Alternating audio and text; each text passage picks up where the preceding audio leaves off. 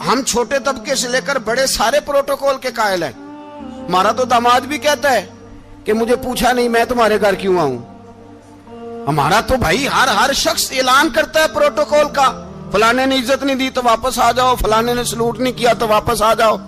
لوگ جہاں سلوٹ کرنا چاہیے وہاں بھی سلوٹ کرانے کے قائل ہیں.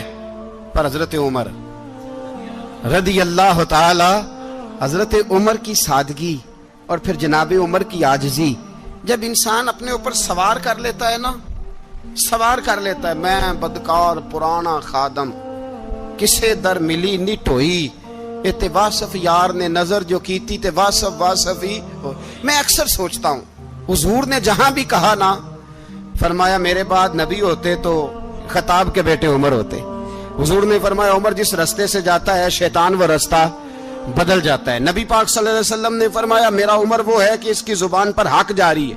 حضور علیہ الصلوۃ والسلام نے فرمایا 950 سال حضرت جبریل میرے عمر کی شان بیان کریں تو ان کی عظمت ختم نہیں ہوتی.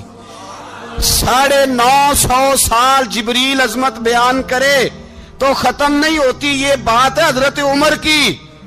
اور فرمایا عمر ابو بکر کی نیکیوں میں سے ایک نیکی ہے, یہ شان ہے اب عمر فاروق رضی اللہ تعالیٰ عنہ کی. حضور نے فرمایا میرے بعد نبی ہوتے تو عمر ہوتے, جس گلی سے عمر آئے شیطان رستہ بدل جائے. میرے عمر فاروق کی شان 950 سال بیان ہو تو ختم نہ ہو. عمر کی زبان پر اللہ حق بیان کرتا ہے, جو عمر کہتا ہے وہی رب کر دیتا ہے. حضور ساری زندگی فضیلتیں بیان کرتے رہے, عمر جواب میں کیا کہتے ہیں؟ کوئی بتائے نا کہ یہ والی حدیثیں کبھی عمر نے بھی روایت کی ہوں کہ حضور نے میرے بارے میں یہ کہا ہے. یہ روایتیں وہ روایت نہیں کرتے. ان سے جب لوگ کہتے عمر تیری بڑی بات ہے تو عمر رو پڑتے, کہتے میں تو اونٹ چرانے والے باپ کا بیٹا ہوں, میں تو اونٹ چرانے والے باپ کا بیٹا. اونٹ چرا, اس سے آگے عمر گئے ہی نہیں ساری زندگی, اس سے آگے لفظ ہی نہیں ادا کی. اور میں تو بھائی اونٹ چرانے والا, میرا باپ تو اونٹ چرایا کرتا تھا, 10 اونٹ تھے, میری ڈیوٹی ہوتی تھی, سنبھالے نہیں جاتے تھے, ابا ڈنڈوں سے مارتا تھا. ساری زندگی عمر حج کرنے گئے, ایک خشک تنا کھجور کا عمر فاروق رضی اللہ تعالیٰ عنہ نے اس کو اپنے کلاوے میں لیا, رونے لگے. لوگوں نے کہا عمر کیا ہوا؟ فرمانے لگے یہاں میں اونٹ چرایا کرتا تھا, یہاں میں اونٹ چراتا تھا, 10 اونٹ سنبھالے نہیں جاتے تھے. دیکھو رسول اللہ کی شان, آج ساری امت چلانے کا طریقہ عطا فرما دیا ہے. ساری نظریے سے پیار. یار پیسہ کس کو برا لگتا ہے؟ آپ جس آدمی کی 50 کروڑ کی پراپرٹی ہے اس کو پوچھیں سب سے غریب, آپ کو وہی نظر آئے گا. وہ کہے گا میں ٹائٹ ہوں, حالات بڑے. میں کئی باری پوچھے انہوں نے, میں کہتا ترجمہ بھی 10 چھڑوں کی, ہمیں تو سمجھ نہیں آتی. اور ٹائٹ حالات کون سے ہوتے ہیں جی؟ جس آدمی کا کروڑوں میں کاروبار ہے نا, اس کو آپ چھیڑے وہ رونے لگ جائے گا, رونے. تو کئی میں نے ایسے دیکھے ہیں کرائے کا مکان ہے, ان سے پوچھے صاحب کیا حال ہے, تو کہتے ہیں جتنی اللہ نے شان والی زندگی ہمیں عطا کی ہے کسی کو نہیں دی ہوئی. اس کا مطلب ہے خوشی بھی یہی ہے اور غم بھی یہی. اندر سے خوشی ہے, اندر سے ہی. تو نے اگر راضی رہنا ہے تو ادھر سے رہنا ہے, ناراض رہنا ہے تو بس اپنے آپ کو خوش رکھے گا تو ہو جائے گا. سارے صحابہ مل کے آئے, کہنے لگے عمر فاروق سے کہنا ہے نبی پاک کے زمانے میں تو ظاہراً غربت تھی, ابو بکر کے دور میں بھی غربت تھی, اب تو بڑا مال ہے. عمر سے سفارش کرو کہ عمر نیا کرتا پہنا کرے. ملکوں کے سفیر آتے, عمر وہی پھٹی پرانی چادر اوڑھ کے اور وہی کئی جگہ پہ پیوند لگے سوٹ پہن کے سفیروں کے سامنے بیٹھ جاتا ہے. عمر کو مشورہ دو, طے ہو گئی بات. سب نے جب مشورہ دے لیا تو سارے کہنے لگے یہ بتاؤ شیر کی مونچھ کو ہاتھ کون لگائے گا؟ کہنا کس نے ہے, بندہ بھی تو ڈھونڈو نا. نے کہا جناب میرا یہ خیال ہے کہ مولا علی شیر خدا کہیں گے, کیونکہ جس شخص کی عمر کو سب سے زیادہ حیا کرتے دیکھا وہ شیر خدا مولا علی ہے رضی اللہ تعالی. علی کہیں گے اس لیے کہ جناب علی تو کئی دفعہ جب گفتگو کرتے تھے تو حضرت عمر چپ کر جاتے تھے اور فرماتے تھے علی نہ ہوتا تو میں ہلاک ہو جاتا. تو کہا علی سے کہو. جناب علی شیر خدا کو بلایا, کس کام کے لیے جی؟ اللہ اکبر. یہ ذرا اپنے اس دور پہ اس بات کو ذرا لاکا جناب ان سے کہیں کہ زیادہ نہیں, ایک کرتا نیا پہن لے. سفیر آتے ہیں, وزیر آتے ہیں تو ایک کرتا نیا پہن لے. حضرت علی کو بلایا, آپ فرمانے لگے کوئی اور بات ہوتی تو میں کہہ دیتا, یہ والی میں نہیں کہہ سکتا. کوئی اور ہوتی تو میں عمر کو کئی دفعہ کہہ دیتا ہوں, جلال میں بھی تو سن, یہ والی میں نہیں کہہ سکتا. میں تمہیں ایک مشورہ دیتا ہوں. کہا وہ کیا؟ کہنے لگے سیدہ عائشہ صدیقہ سے کہو, وہ مومنوں کی ماں ہے, عمر ٹالے گا نہیں. اماں جی سے جا کے کہا اماں جی نیا کرتا عمر سے کہیں پہن لیں, وزیر آتے ہیں بڑے بڑے لوگ, تو چلو کوئی حرج نہیں. اماں جی نے کہا اچھا کوئی بات نہیں, میں بلا لیتی ہوں. جناب عائشہ نے پیغام بھیجا. جب خادم نے کہا نا مصطفیٰ کے گھر سے پیغام آیا ہے, تو 20 لوگ بیٹھے تھے. عمر کانپتے ہوئے اٹھے, کانپتے دوڑے. حضرت عائشہ پردے میں تھی تو فرماتی ہیں عمر اتحیات کی حالت میں بیٹھ گئے. کہا اماں جی دیر تو نہیں ہو گئی مجھے آنے میں؟ کہا نہیں ٹائم پہ آ گئے ہو. کس لیے بلایا تھا؟ کہا عمر دیکھو غربت کے معاملات اور ہوتے ہیں, جب اللہ آسانی دے تو کوئی چیز استعمال کرنا حرام نہیں ہوتی, اگر حرام ہے تو بتاؤ. کہا نہیں اماں جی حلال ہی ہے. تو فرمایا پھر اتنے سفیر آتے ہیں, مشیر آتے ہیں, اب تو مال غنیمت بڑا آتا ہے, ڈھیر لگ جاتے ہیں مسجد میں, تو چل ایک نیا کرتا تم بھی پہن لیا کرو, اور آپ نیا کرتا پہنو گے تو دھاک بیٹھے گی غیروں پر. تو صحابہ کا مشورہ ہے کہ آپ نیا لباس پہنے. اماں جی کہتی ہے میں نے حکم دیا تو عمر چپ کر گئے, گردن جھک گئی. تھوڑی دیر کے بعد سیدنا عمر فاروق نے سر اٹھایا تو داڑھی پہ آنسو گر رہے تھے, رو پڑے. کہنے لگے پاک محبوب کی پاک بیوی, جیسے حکم کرتی ہو میں حاضر ہوں, پر مجھے وہ والا لباس پہنانا جو میرے مصطفیٰ نے پسند فرمایا ہے. اگر یہ رنگ رسول پاک کا ہے تو میں حاضر ہوں, اور اگر نبی پاک کا نہیں تو پھر جیسے آپ حکم کریں. جناب عائشہ کہتے ہیں عمر روئے تو میں زیادہ روئی, میرا پلو بھیگ گیا آنسوؤں سے. میں نے کہا عمر آپ جائیے. عمر یوں نکلے تو جو صحابہ کھڑے تھے وہ کونے میں تھے, سارے آ گئے. کہا اماں جی کیا بناؤ؟ فرمایا بھائی تم سب جو باتیں کہتے ہو وہ اپنی جگہ ٹھیک ہیں, پر عمر جو بات کرتا ہے وہ سب سے زیادہ ٹھیک ہے.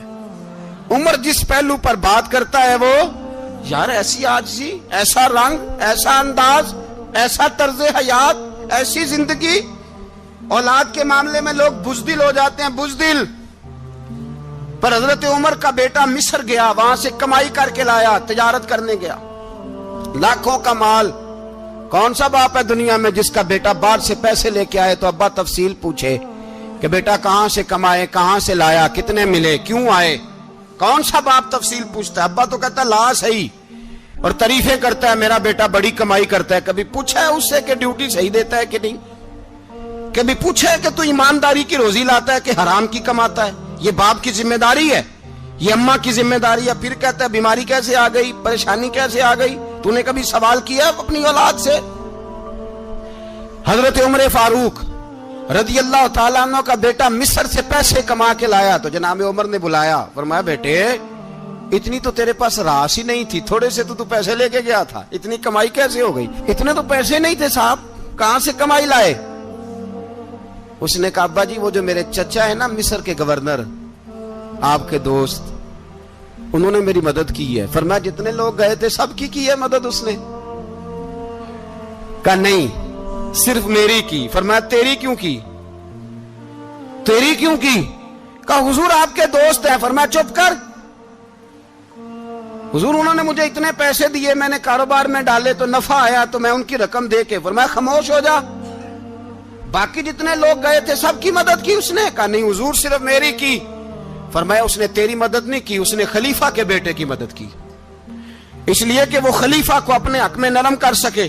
فرمایا آدھا مال تیرا ہے, آدھا مال غنیمت کا ہے, مال خزانہ کا ہے, مسلمانوں کا ہے, اس لیے کہ تو جو وہاں سے مال کما کے لایا ہے وہ اپنے باپ کے خلیفہ ہونے کی وجہ سے کما کے لایا ہے, لہذا رکھ ادھر. یہاں کہتے ہیں کدھر سے آیا, کیسے آیا, کون سا حساب دیں, کیا کریں؟ او بھائی حضرت عمر رضی اللہ تعالیٰ عنہ کا اپنی اولاد کے بارے میں یہ رنگ ہے. ایک جنگ سے نا خوشبو آئی, خوشبو بڑی مہنگی ہوتی تھی, عرب میں خوشبو آج بھی بڑی مہنگی ہے, وہ زیادہ استعمال کرتے ہیں. میری باتوں کی سمجھ آ رہی ہے میرے بھائی؟ بڑی مہنگی خوشبو تھی.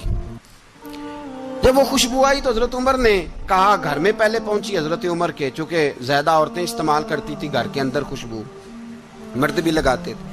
حضرت عمر نے اپنی بیوی سے کہا، آپ کی زوجہ جو تھی وہ بڑی خوشبو کو پسند کرتی تھی. حضرت عمر نے اپنی زوجہ سے کہا کہ خوشبو لاؤ، میں نے ایک عورت کی ڈیوٹی لگائی ہے، وہ خوشبو تول کے نا تو حصہ برابر صحابہ میں بانٹ دے گی. تو آپ کی زوجہ کہنے لگی، کسی بی بی کی ڈیوٹی لگانے کی کیا ضرورت تھی، میں جو موجود تھی میں بانٹ دیتی ہوں تول کے حصہ برابر. آپ نے فرمایا نہیں، تو رہنے دے، وہ فلانی بی بی بانٹے گی. کہا حضور میں نے بھی بانٹنی ہے، میرے پہ کچھ حق ہے؟ آپ نے فرمایا نہیں، تو تفصیل نہ پوچھ، تو خوشبو دے دے، کوئی اور بانٹے گی. خاتون خانہ تھی نا، کہنے لگی نہیں، مجھے بھی آج آپ کو بتانا ہی پڑے گا کہ کوئی جو بانٹ سکتی ہے تو میں کیوں نہیں بانٹ سکتی. زوجہ کہتی عمر نے بات کی تو میری چیخیں نکل گئی.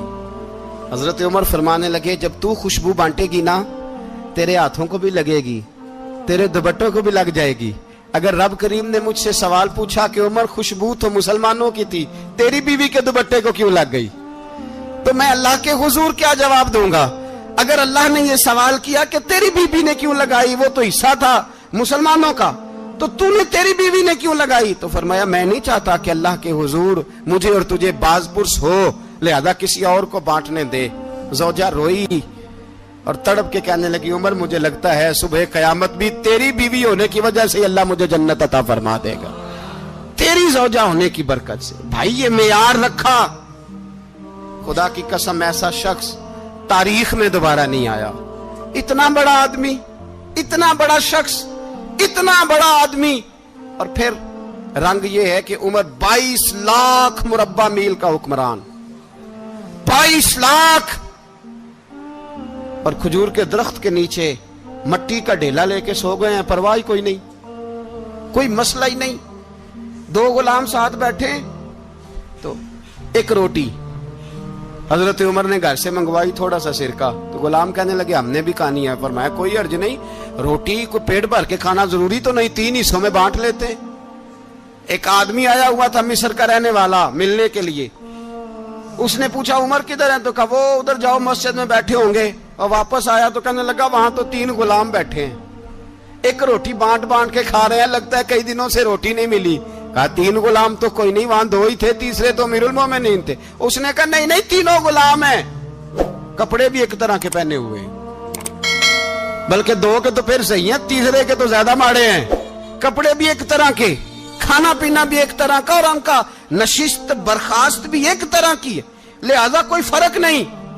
حضرت ابو ہریرہ کہتے ہیں میں لے کے آیا، اور جناب عمر کو جب میں نے کچی زمین میں تامت سمیٹ بیٹھے دیکھا تو میں رو پڑا. میں نے اس مصر سے آنے والے کو کہا تو اس کے جلوے دیکھ، اگر اس کی ذات میں اتنا حسن ہے تو محمد عربی کا مقام کیا ہوگا. یہ مقام غور ہے، مقام غور. 10 محرم کو لوگ دیگے پکائیں گے نا، نہیں پکانی ہے، کوئی بول دے نہیں، ہاں نہ نہیں کر دے، پروگرام بدلیا تو نہیں دی عید کی کہ وہ کام شروع ہویا ہے لات ٹائٹ ہونے والا. کیوں جی پکنی ہے نا دیکھیں 10 محرم کو انشاءاللہ تعالی، ہم بھی پکائیں گے انشاءاللہ، یہاں بھی پروگرام ہوگا. تو 10 محرم کو جو دیگ پکنی ہے تو ایسا نہیں ہو سکتا کہ 1 محرم کو حضرت عمر کے نام کی بھی کوئی پک جائے. اگر امام حسن حسین کے نام کی دیگیں پکے تو جو امام حسن حسین سے پیار کرنے والے ہیں، جو امام حسن حسین سے، ہم لوگوں نے بھی عجیب رٹا اپنایا ہے نا، ہم لوگ بات کا ایک پہلو دیکھتے ہیں دوسرا نہیں دیکھتے. حضرت امام حسن اور حسین کو بھی نبی پاک نے شہید کہا، اور جناب عمر کو بھی رسول اللہ نے خود شہید فرمایا. فرمایا شہید ہے، خود فرمایا اپنی زبان سے کہ یہ شہید ہے، خود میرا عمر شہید ہے. تو ان کے نام کی دیگ نہیں پکنی چاہیے، اس طرف نہیں ہماری توجہ ہونی چاہیے. اور اہل بیت نبو، یہ بات میں پہلے بھی کرتا ہوں، آج پھر کرنا ضروری سمجھتا ہوں. اہل بیت کا پیار سن لو کان کھول کے، اہل بیت کا پیار اگر ہمیں کسی نے سکھایا ہے تو سیدنا عمر فاروق نے سکھایا ہے. اہل بیت نبوت کی محبت اگر کسی نے سکھائی ہے تو کس نے سکھائی ہے؟ بول کے بتائیے. حضرت عمر نے. اہل بیت کا پیار ہمیں حضرت عمر نے بول کر کے سکھایا ہے. بھائی یاد رکھیں، کسی کی طاقت نہیں تھی دم مارنے کی حضرت عمر کے سامنے، طاقت ہی نہیں تھی. کیسر و کسرا کانپ جاتے تھے.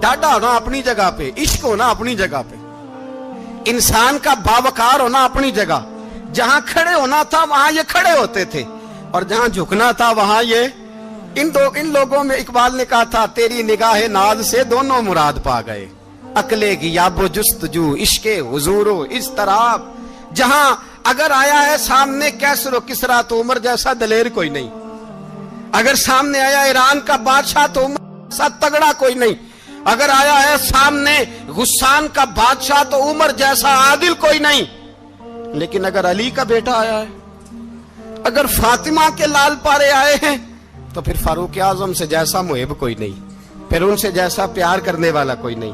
اندر بیٹھے ہیں جناب عمر، اندر تنہائی میں کچھ وزیروں سے گفتگو ہو رہی ہے، میٹنگیں جاری ہیں، آپ کے بیٹے ملنے آئے جناب عبداللہ ابن عمر، ابا جی ملنا ہے، بات ٹھہرو بات کر رہا ہوں، کوئی نہ اندر آئے، صاحبزادہ باہر کھڑا ہے، تھوڑی دیر گزری تو امام حسن بھی آ گئے، کون آئے؟